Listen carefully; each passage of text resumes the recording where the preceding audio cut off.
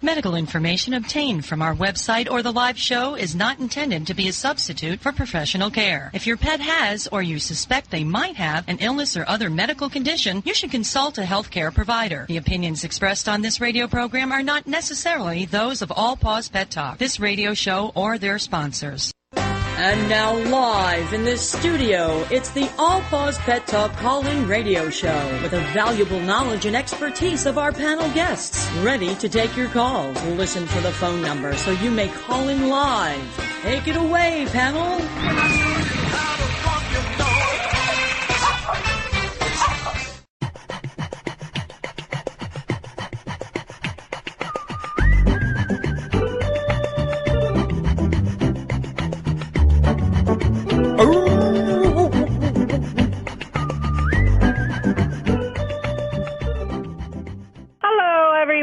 This is Kit DeRoche with All Paws for the Cause, WPET Pet Talk Radio, and I am here with my co-host, the one and only Dan the Tick Man, and he is going to be joining us today, so we're very happy about that.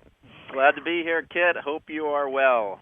Yes, we are. The Hurricane Matthew blew through, and we are safe and very happy that we can say that, because not everyone in Florida could say the same thing. There's been a lot of damage down here. But in any event, we're up and we're back on the radio and very happy to be so.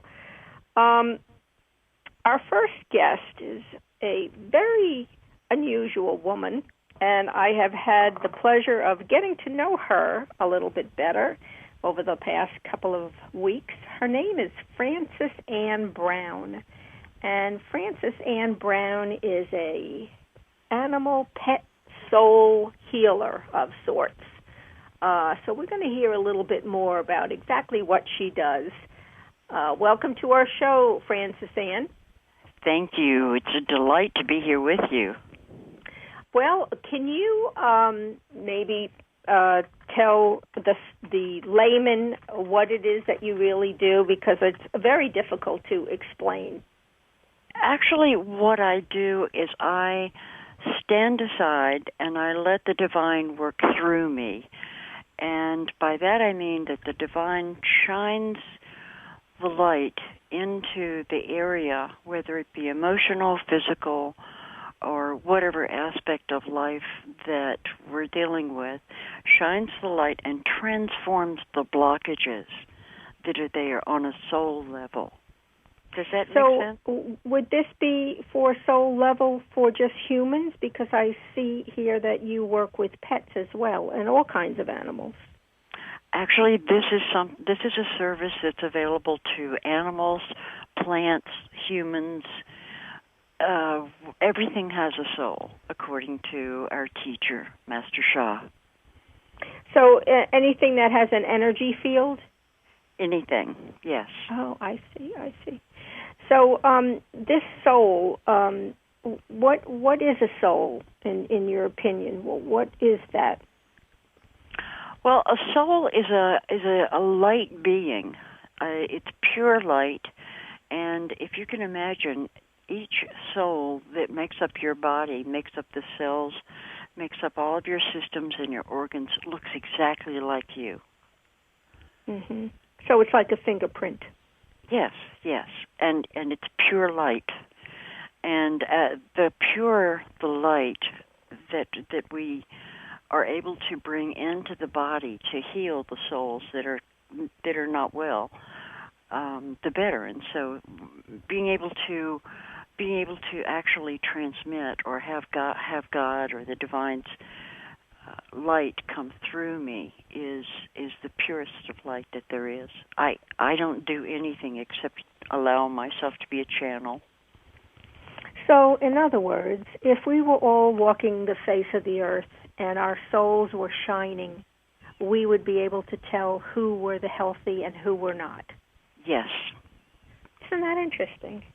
Wouldn't that be nice for just a day to be able to see everyone else's soul? It would be wonderful for a day if all of us could recognize that we are one. Yeah, well, that's true. It would. So you do this soul communication, and how exactly does that work, soul communication? What is it that you do in order to facilitate soul communication? I talk with the divine every day, and oftentimes throughout the day, and I ask the divine to help me to look at whatever the issue is at that particular time, and I ask the soul of the pet, the animal, because I work with critters who don't have human animals. Don't have human animals. That's funny. I think of animals as people and humans as animals. But I work with critters who live in the wild as well. So, I'm sorry, I lost the question. Well, we were talking about what exactly is soul communication. How does it work with pets and animals? So how would you communicate with a pet's soul? Ah, yes. So do you have a pet, Kit? Well, I run a rescue, so I have many. Okay. And Dan has several dogs, too, don't you, Dan? I do, yeah. I have 2 dogs, and I'm being awfully quiet over here because my head is spinning a little bit here, Francis Ann. First of all, I have to tell you, I think you have a very soothing voice, so that may help to calm down some of your clients, I would imagine, because it's almost like I'm envisioning myself in a meditation room. Yeah, me too. I'm almost in a hypnotic state listening to Francis. I wish you could read me a story so that I would drift off to sleep in a very peaceful fashion. But I have a couple of dogs, but I'm listening to you, Francis Ann, and I have no views either way on what you do. I understand there probably are some skeptics out there, let's just say, that might kind of think, oh, this is pretty hokey. I mean, how would you respond to that when people go, oh gosh, you're on cloud 9? Like, what do what is all this stuff? How do you respond to the kind of the skeptics out there? There are a lot of skeptics who do not believe anything except what they can see that's black and white, and I respect everyone for their belief.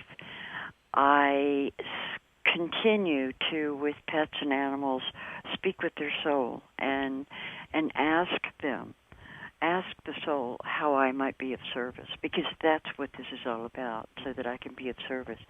If I don't get an answer that I can either hear, see, or feel, which is how I get messages from the soul world, then I will do a scan of the individual's body, whether it's a pet or a human being.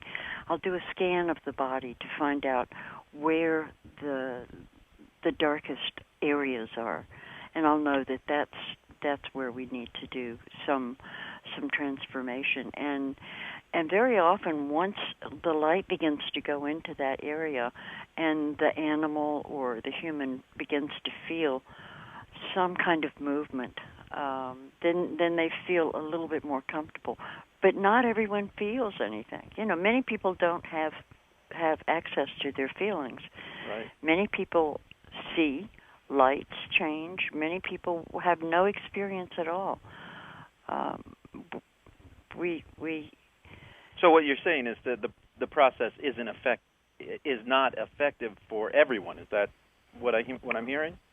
No, that's not what I'm saying. It okay. is. I think that what she's saying, if you permit me, Francis Ann, is that Please. Some people feel energies or are more sensitive to changes in their body, heat and cold and energy shifts, that kind of thing. Some people are very sensitive to hearing and feeling and seeing and tasting, and then there are other people that are not quite as sensitive. So just because they may not feel something during one of her sessions doesn't mean it's not working. Is that closer to the right answer, Francis? That is the exact answer, yes. Excellent. Well, I could have used you. I should send you to my ex-wife. I think she'd probably use a lot of help in that. Well, no. We're not going to add to that, Kit, to add to that, one experience oftentimes that people have when they have pain in like their knee or their back, they maybe don't feel anything while the actual healing is going on, but when they start to walk, they realize that the pain has gone from a 10 to a 2. Or even a 0 at times, and they're able to be more mobile. Right. Well, Frances Ann, we have to take a quick break, but we hope that you'll stay with us because this is a fascinating subject, and we have a whole bunch more questions to ask. So if you will hang tight, and Dan and I are going to take a quick break, and we will be back in a jiffy. Thank you so much, Frances Ann. Thank you.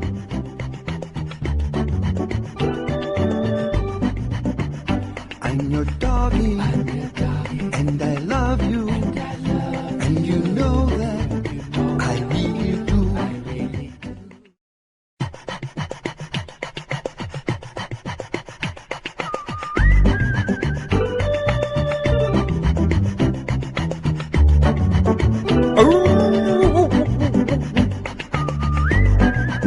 And we're back. This is Kit DeRoche with WPET, Pet Talk Radio, and my co-host, Dan the Tick Man, is or here. Tick Man Dan, whatever Okay, you like. I always get that reversed. I'm so sorry, Dan. At least I got the Dan right. We are speaking with a very fascinating guest. Her name is Frances Ann Brown, and Frances Ann Brown is a healer of sorts. She does soul communications and soul healing for pets and animals, and she has been speaking with us for a short period of time about what it is that she actually does. So welcome back, Frances Ann. Thank you. It's my honor, Kit. So we've been talking about skeptic people who are not quite sure they understand or believe what it is that you do, and there have been several people that I know in the past couple of weeks who have been somewhat skeptical as well, but they have had ill pets, and I am one who has a Yorkie mix that is in kidney failure, and he's very old. He's 14, and we're hoping to keep him comfortable and happy for as long as he can be on this plane with us. And since you have been channeling your healing to him, his appetite has increased, and now he's eating like a little horse.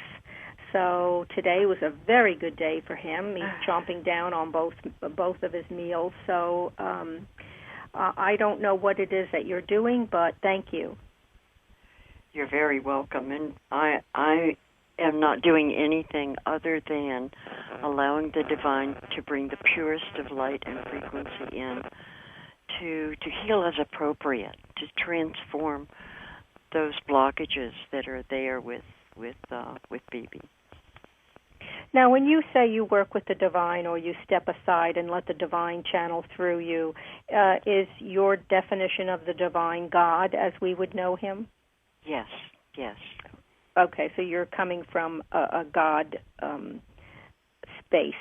Yes. My teacher is Chinese, and traditionally in China it is not acceptable to talk about God. And so the divine came to Master Sha and announced himself as the divine, which is how he teaches. And may I say something about skepticism? Sure. There are a lot of people that are skeptical, and as I just mentioned, Master Zhigong Sha is my teacher.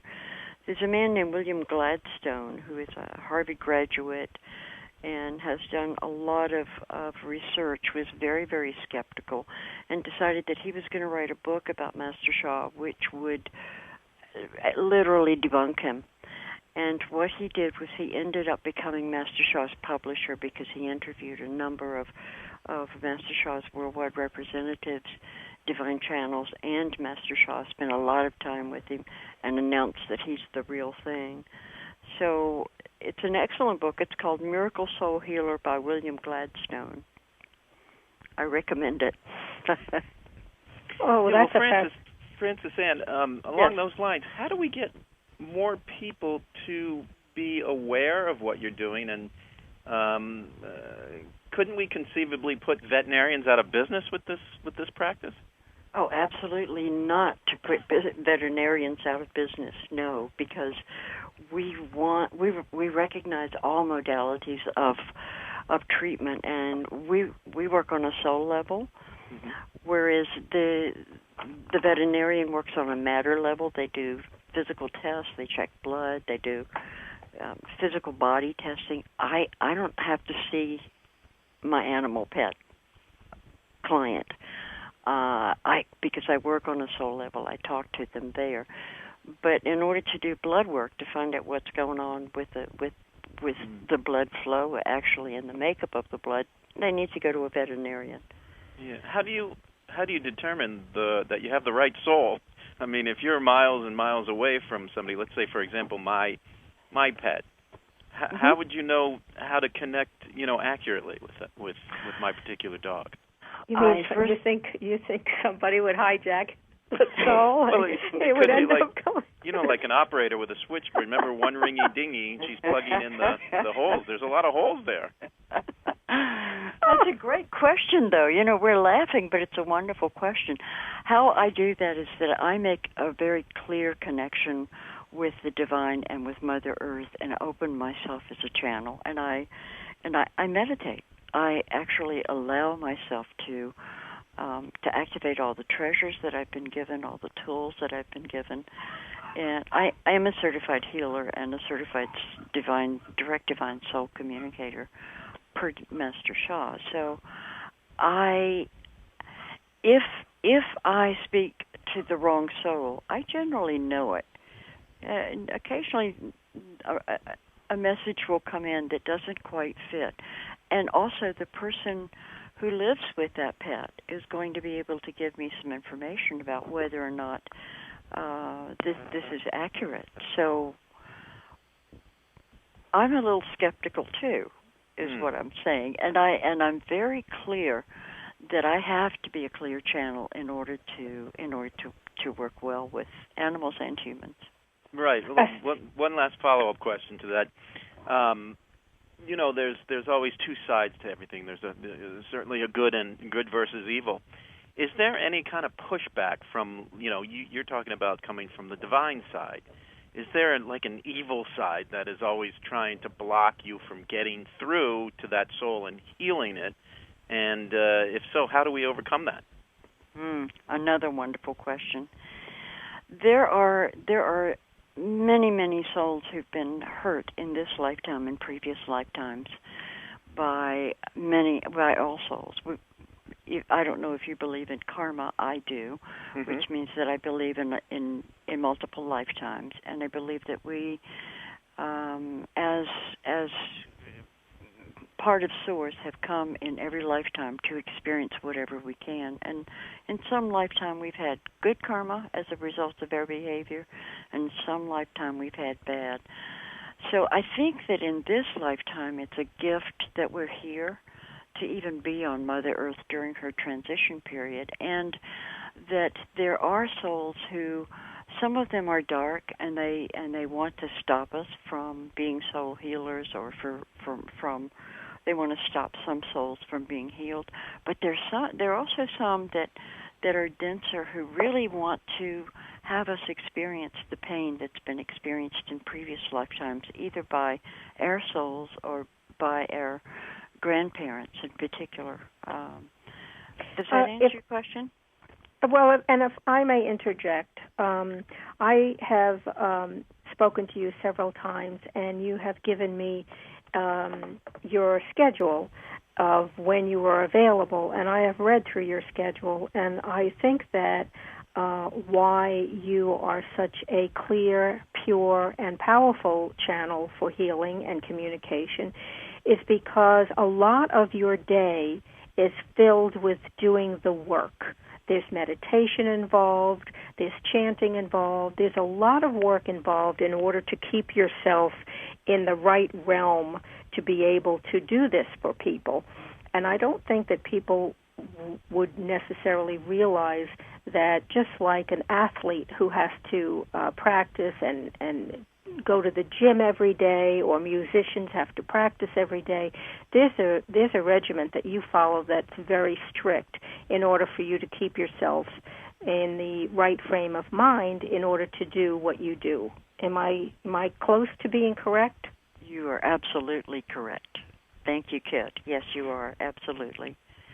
So it's not a matter of just having gone to school, learned a couple of things, and then when people call, it's kind of like, off the cuff. You've taken your life's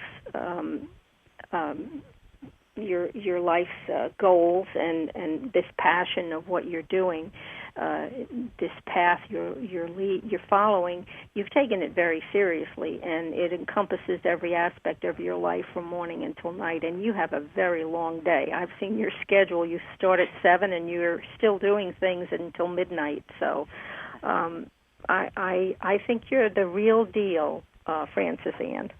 Thank you very much.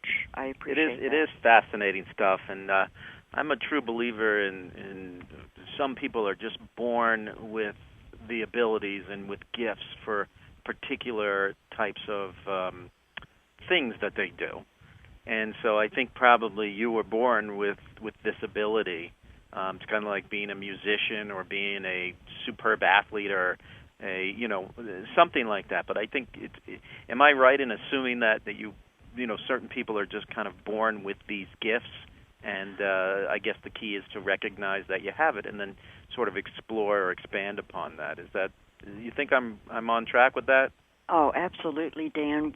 Because we live so many lifetimes, we have many treasures that we bring from each lifetime. We may not be aware of them by the time we get to our 20s and 30s so that we can use them, but they're there.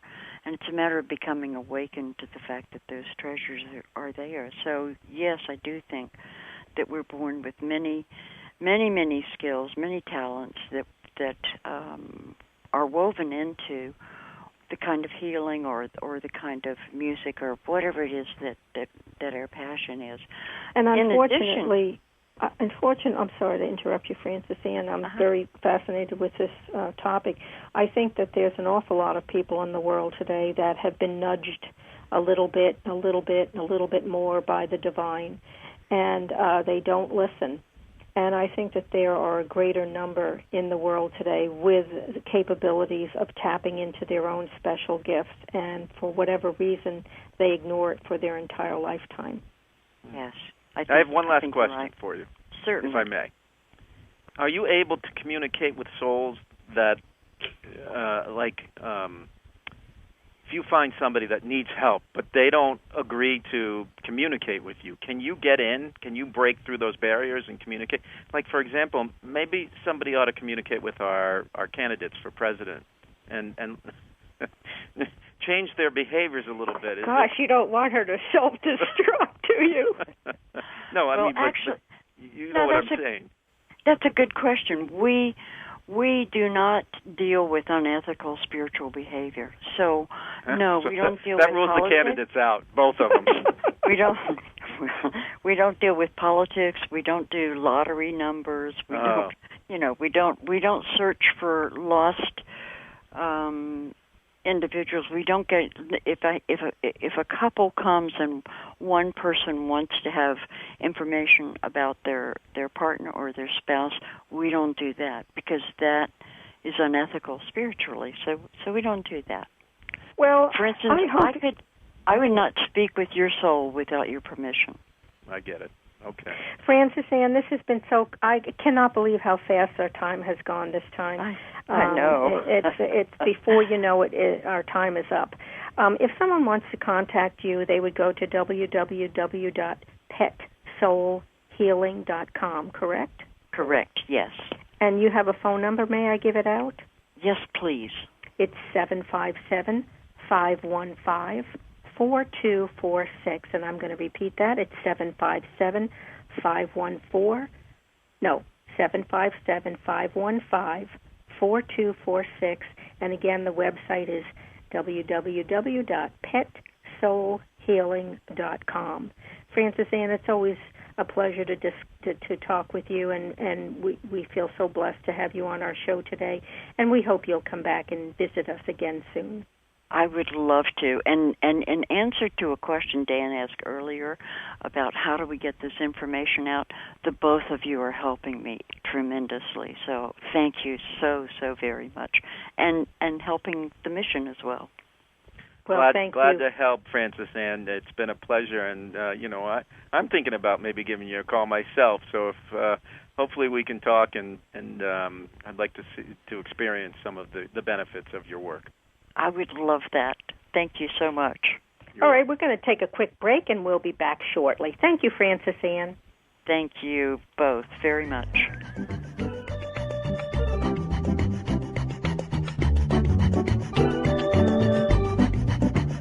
I'm your doggy, and I